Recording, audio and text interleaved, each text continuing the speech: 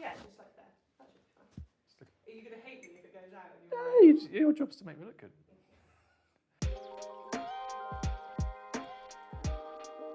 So, 10 years of Kontor, how does it feel?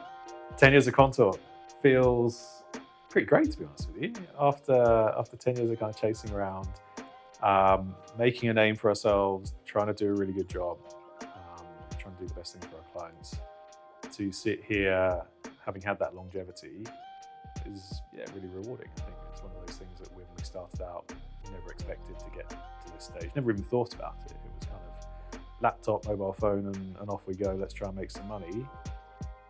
Who knew where that journey was going? And to be sitting here with 20 odd people out there, all ambitious, hungry, and kind of doing a great job is hugely rewarding.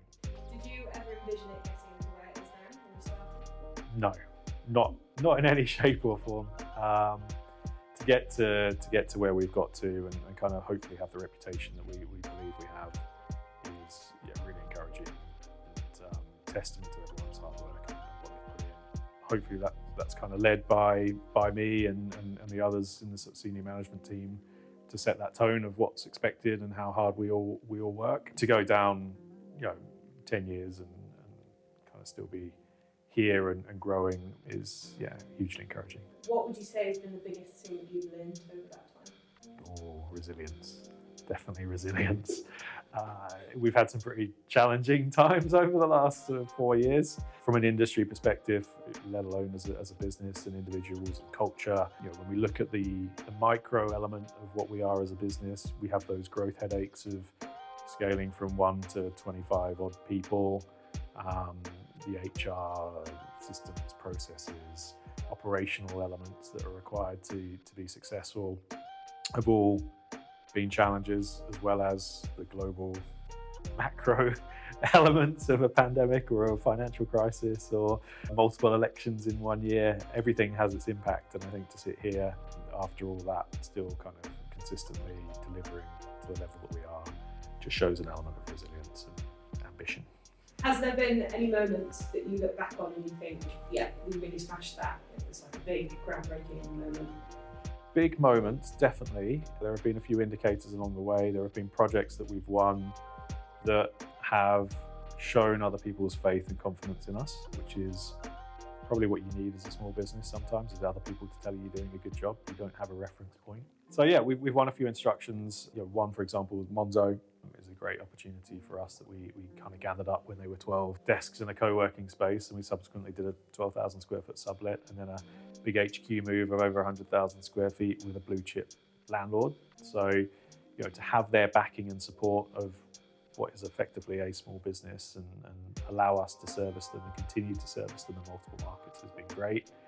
I think we're just really proud that we've been able to shift an industry in its focus and make it more accepting of flexibility and good design and a slightly more casual approach while still remaining professional, that has infiltrated the wider industry. And it was really refreshing to be at a launch even this week and see what would have historically been quite suited, booted, stuffy, candidly, and actually see a bunch of people in a room really relaxed, enjoying something in a really social environment in more of a casual sense, dressed more casually, shows that some of the things that we pushed for right at the beginning of our journey have now infiltrated the industry and become the norm, like trainers.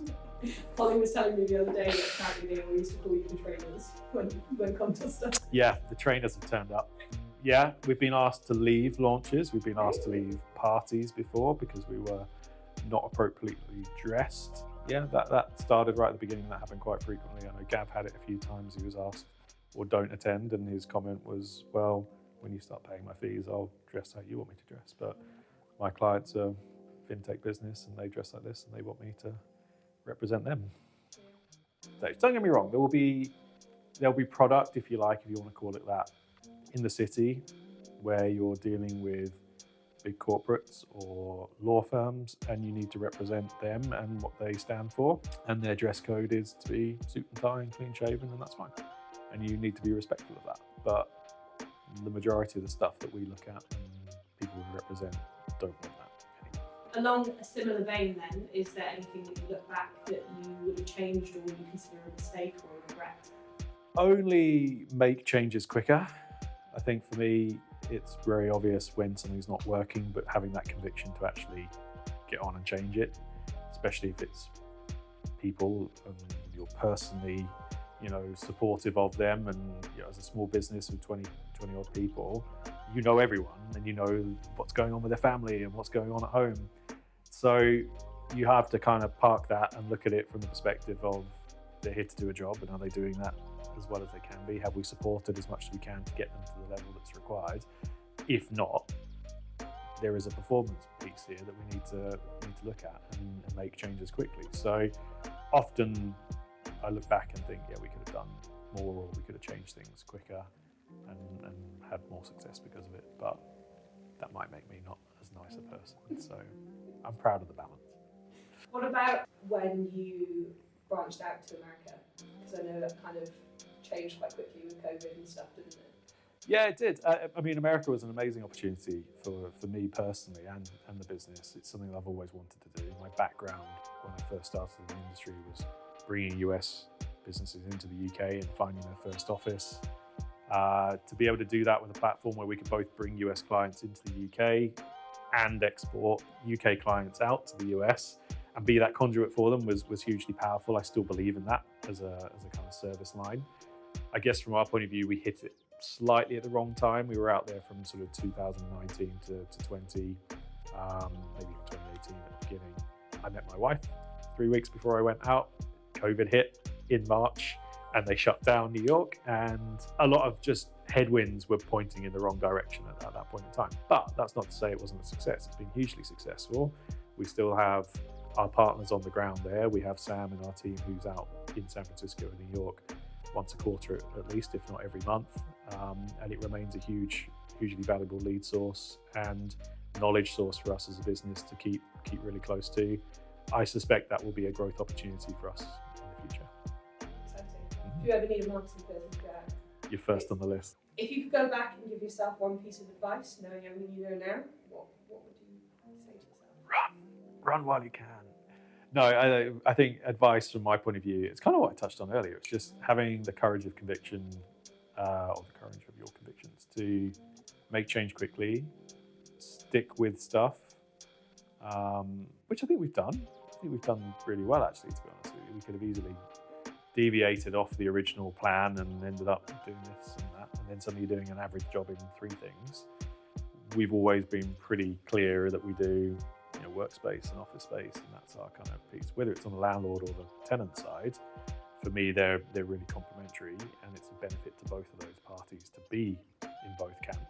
So yeah, just kind of maintaining direction, not getting distracted, has been pretty key. Yeah, the one piece of advice: just keep going, keep your head down, get on with it. You're going to get stuff chucked at you. We have done, but we're still here, and hopefully we'll be here in another 10 years having this conversation about our 20-year anniversary. I hope so. What has been your favourite part over the whole 10 years? This interview, sitting with you, having a chat. My favourite part over the last 10 years, people. Really, it's kind of as simple as that. The whole thing is built around people and personalities. Seeing those individuals grow within the business and kind of the platform that we've created has been hugely rewarding. I kind of think about Jack, for example, who joined us 6 months into our journey. He was a Westminster graduate. He'd done his master's there. He could have easily gone on to a competitor's graduate scheme and gone through the kind of corporate training. He didn't. He took a punt on us as a startup and went, hey, I fancy a bit of that. Can I get involved? And he's stuck out at that, and he's now one of the most successful people in our business, has been consistently for a number of years, is a director and a shareholder. And I think that shows the platform that we've created is that there is no ceiling. It doesn't matter who you are and where you've come from. If you do your job and you're really good at it and you keep your head down and you're a nice person and you have influence within the group, you can be a huge success. So yeah, I think for me, walking in every morning and just seeing that group of people and seeing how they're all developing personally and professionally is hugely rewarding and something that basically underpins our business and I'm really proud of. And we have it with everyone, right? You look at Gav and Andrew and all of us, we've done CBRE, Cushman, JLL, corporate background, and we come with that kind of professional level of care and consultancy, but we're all really grateful to have the platform that's slightly more relaxed, slightly more flexible, allows us to take the kids to school in the morning, but still do a really great job for our client. And I think that's really respected, and it's not taken for granted. I know a lot of businesses have had challenges in the last 2 or 3 years about returning to work and people not wanting to come into the office, and we just don't have that. It's just not what we are. We take the time that we need when we need it, but we also do the work when it's really required to do it, and you're always available and you do your thing. So hopefully that platform for everyone just gives them that flexibility, freedom, and allows them to sort of thrive rather than feeling kind of restricted and being watched and being looked at. I think they've made the most of it, and yeah, it's very rewarding. Has there been any moments that you've seriously thought about packing it all in? There are always challenges that kind of happen on a day-to-day basis, or even seems to be hourly sometimes. But no, never to a point where it's kind of pushed me out the door or I've become disillusioned with it. I think we work in an amazing industry. As I talked about before, just having the amount of people we have here who are committed and dedicated and enthused by what we do is a sort of stimulus in itself. And I feel like I'd be doing a disservice if I felt disillusioned with it. How are they going to react to that? So no, I think we're really fortunate to work in an industry that gives us a good quality of life, pays us well, is fun, is very much physical. You can see, touch and feel the rewards of what you do, whether it's clients taking space or designing space or delivering buildings. What else would I do? What else would be as fulfilling? Best Christmas party? Oh, the Christmas parties. There have been a few. Well, they're all good. There are two that stand out. One is we hired a house literally in the middle of nowhere, a big country house, and we had a murder mystery party and dinner cooked for us. That was pretty special. And another one where we had a bar in West London, whole place dedicated to us, and it was karaoke over dinner. That was unique because I don't know anyone in our business who can sing, and that was proven to me despite the number of shots that were had. Those are the two that kind of stand out, but all of them have their own fun elements to it.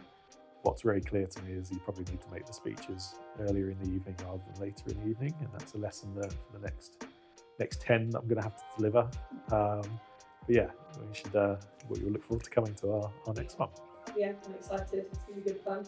Cool. So last question: would you do it all over again? In a heartbeat. Yeah. As I said, there's very few industries or ideas that I can come up with in my head that get me as fired up as this does. I think the platform here is so far reaching, not just across real estate, but into other industries, and being involved in clients who are involved in other industries. Every day is a school day to an extent. I'm always learning about other people's businesses, applying some of those learnings to what we do and making our business hopefully better because of it. So yeah, I think, for me, any day of the week, I think this is where I belong and what I should be doing. And yeah, I'd do it all again in a heartbeat. Nice. Smashed it.